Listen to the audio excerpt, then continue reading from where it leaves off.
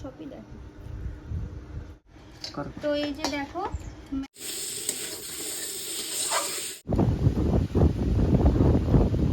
পরোটাগুলো কিরকম নরম হয়েছে।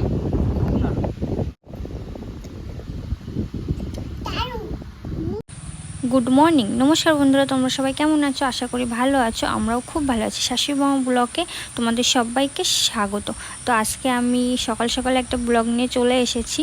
তো দেখতে পাচ্ছ সূর্য টুর্য খুব সুন্দর হয়ে উঠে গেছে আজকে এতদিন বৃষ্টি হওয়ার পরে। তো চলো, এখন তো পাকা আম শেষের দিকে, তো দেখতে থাকো আমি কি ব্রেকফাস্ট বানাচ্ছি। চলো, তো এবার আমি প্রথমে আমগুলোকে ধুয়ে তারপরে ছুলে নেব। তো চলো দেখো।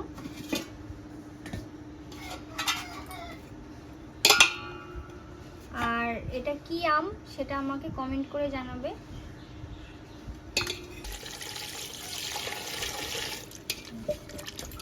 সবই দেখো।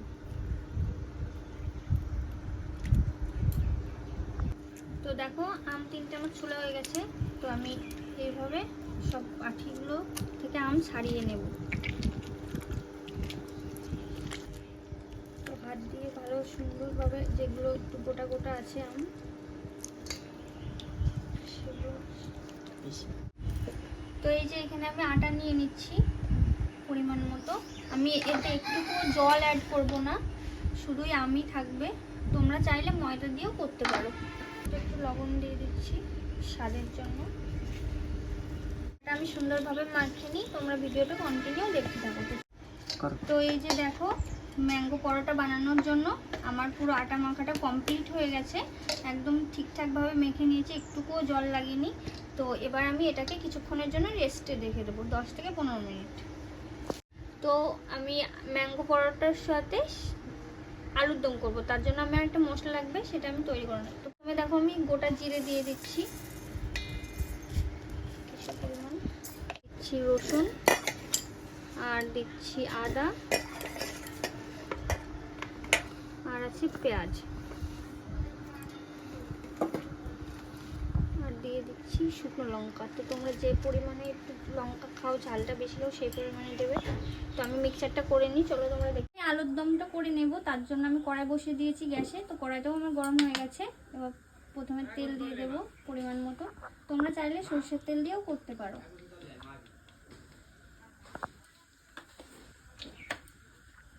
তেলটা আমার গরম হয়ে গেছে। তো আমি ফোড়নের জন্য দিয়ে দিচ্ছি তেজপাতা, আর দিয়ে দিচ্ছি গোটা জিরে।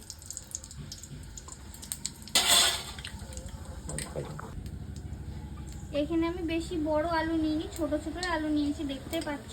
তো আলুগুলো মাঝখান দিয়ে দুই ভাগ করে নিয়েছি। তো এবার আমি আলুগুলো প্রথমে ভেজে নেব।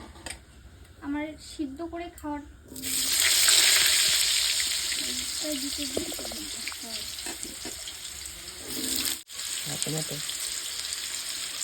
লবণ দিচ্ছি পরিমাণ মতো, একবারে লবণটা দিয়ে দিচ্ছি, পরে যদি লাগে সেটা আবার দেখবো। আলুটা সিদ্ধ করে নিয়ে তারপরে আলুর দমটা করাটা আমার কাছে পছন্দ হয় না, মানে কোনো স্বাদ থাকে না। এইভাবে ভেজে নিয়ে তোমরা করবে, দেখবে একটা আলাদা স্বাদ লাগবে। তো আলুগুলো চলো আমি লাল লাল করে ভেজে নিই। আলুগুলো দেখো হালকা লাল লাল করে আমার ভাজা হয়ে গেছে। এবার আমি যে মশলাটা করে রেখেছিলাম, আদা, পেঁয়াজ, রসুন, জিরে, শুকনো লঙ্কা, তো সেটার পেস্টটা আমি দিয়ে দেবো। আজকে আমি মিক্সচারেই করে নিয়েছি, কারণ মর্নিং এখনও ব্রেকফাস্ট হয়নি, 8টা বেজে গেছে। এবার এটাকে আমি সুন্দরভাবে কষিয়ে নেব। মশলাটা যদি ভাজা না হয় তাহলে কিন্তু একটু টেস্ট লাগবে না।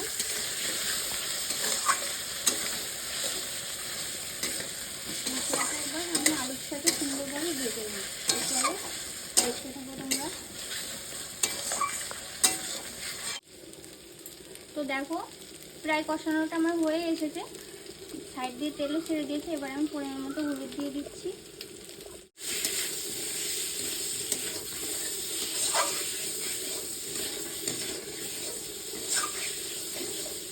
আমার সুন্দরভাবে কষানো হয়ে গেছে মশলার সাথে। এবার আমি পরিমাণ মতো জল দিই।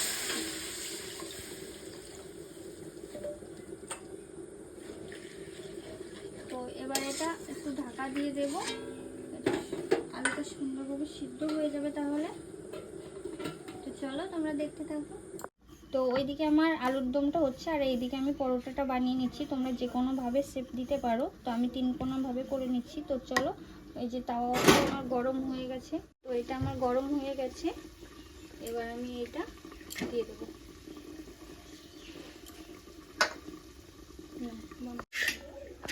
তো এই যে আমি উল্টে দিচ্ছি।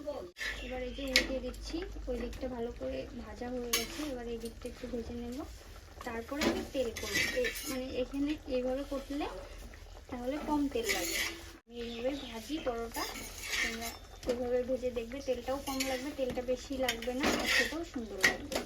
তো এই পাশে আমি তেল দিয়ে দেবো।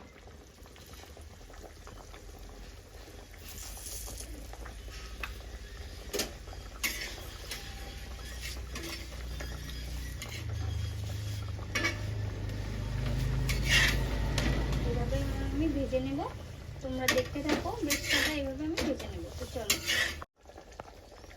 তো দেখতেই পাচ্ছি পরোটাগুলো আমার সুন্দরভাবে ফুলছে, খুব সুন্দর করে।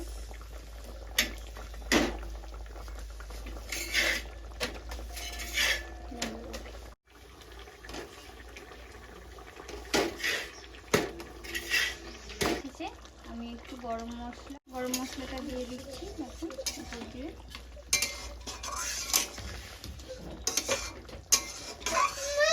কি হচ্ছে? কি হয়েছে? কেন মেরেছে? কি করেছো? কেন মেরেছে? কেন মেরেছে? কি করেছো?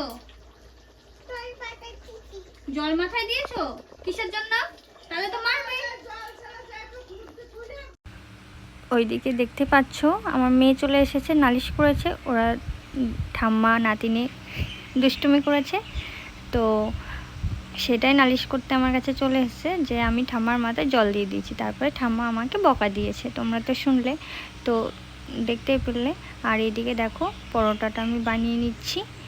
তো চলো, আর আমার চ্যানেলটিকে এখনও যারা সাবস্ক্রাইব করোনি তাড়াতাড়ি করে সাবস্ক্রাইব করো। আর আম তো এখন শেষের দিকে, প্রায় পাকা আম, তো এইভাবে মানে পাকা আম আর খেতে ইচ্ছা করছে না। তোমরা মানে না ফেলে দিয়ে এইভাবে বাড়িতে পরোটা রুটি বানিয়ে খেতে পারো, খুবই সুন্দর লাগবে। তো এই যে আমার কমপ্লিট হয়ে গেছে।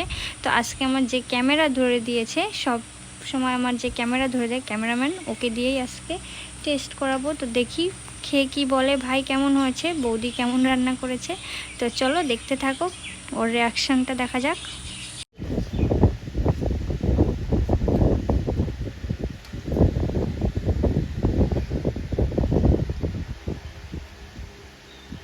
ক্যামেরাম্যান কেমন হয়েছে? দারুণ। বাবা, এক্সপ্রেশনটা তো দারুণ। পরোটাগুলো কিরকম নরম হয়েছে?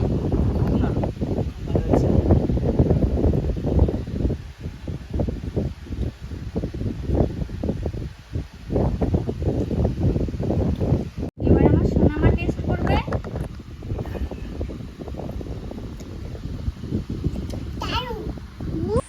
তো দেখতেই পেলে দারুণ হয়েছে। তোমরা বাড়িতে ঝটপট বানিয়ে নাও। আজকে এই পর্যন্ত, নেক্সট ব্লগে দেখাচ্ছ। তোমরা সবাই ভালো থেকো, সুস্থ থেকো, টাটা।